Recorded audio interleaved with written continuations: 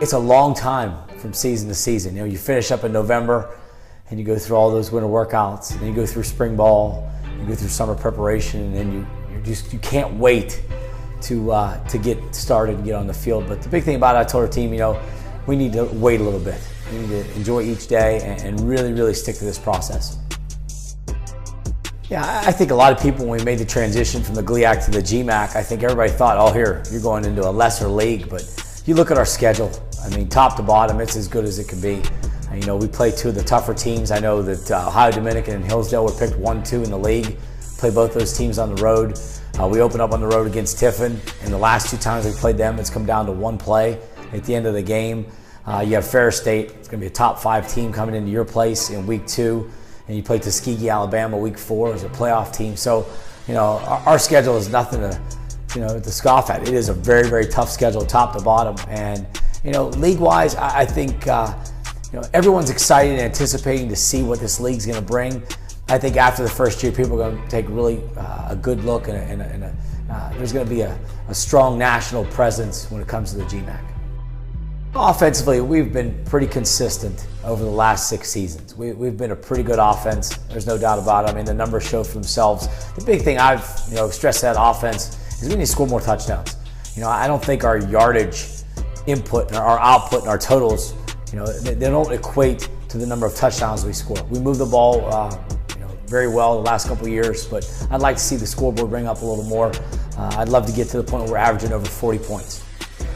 It is great to have Reese Jervis, the starting quarterback, returning, as well as Adam Berkey. I think he's had a great spring and a great winter, and I think he's ready to play if need be, and that's a good thing. I mean, it starts with that guy. You know, you need a good quarterback to win games, but, you know, we have some weapons, but at the same time, we got to do a really good job of keeping this game pretty simple and taking what the defense gives us and capitalizing on opportunities.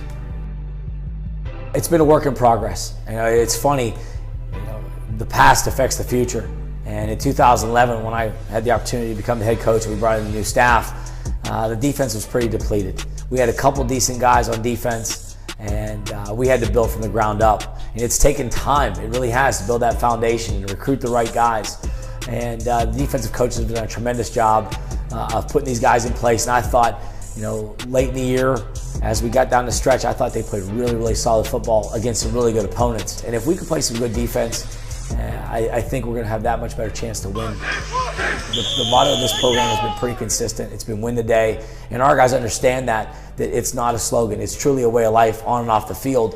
And we've kind of tied in this one team with the whole win the day thing. And one team is very important to us. There's no one bigger than the team. You know, and every person has just as much impact on the team as anyone else, whether you're a true freshman, never going to play a snap this year, or the starting quarterback is going to take a ton of snaps this year. So I think that message has been consistent throughout, and we keep doing that. I think we're going to be successful.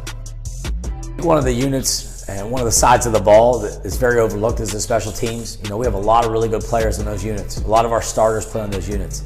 I know there's some of those times that they're just kind of thankless plays, like, hey, just get the job done and move forward. But, you know, yeah, we have Patrick Rusher back returning as a punter. We're excited about him. Like I said, he's been pretty consistent the last 2 years. We're going to have to replace a kicker, so we're going to have a new guy kicking off, as well as extra points and field goals.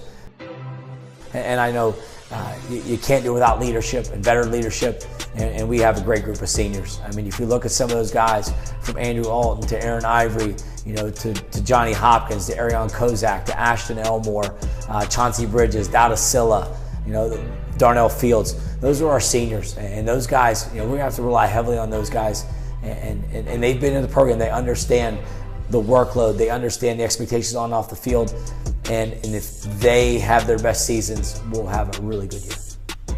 It's very important, and you look at our offensive staff. Coach Corey Allen and Coach Troy Rothenbuehler have been here from day one, and those guys have just been, you know, they have been the cornerstones and the foundation of this program that we started to kind of turn back, you know, into a championship winning team. And those guys, I can't say enough about what they've done. But then Jason Macrinos and Tom Rebels, co-defensive coordinators, have been here. This is season 3, and they have really moved this defense forward fast. And then we have the addition of Darius Davis as our defensive line coach, who after, you know, what week 1 is I'm really excited to have him a part of the staff. And then you miss some of those role guys, you know, Kyle Rosansky, our wide receiver coach, Dylan Blanc, who played last year, is going to be working with our running backs.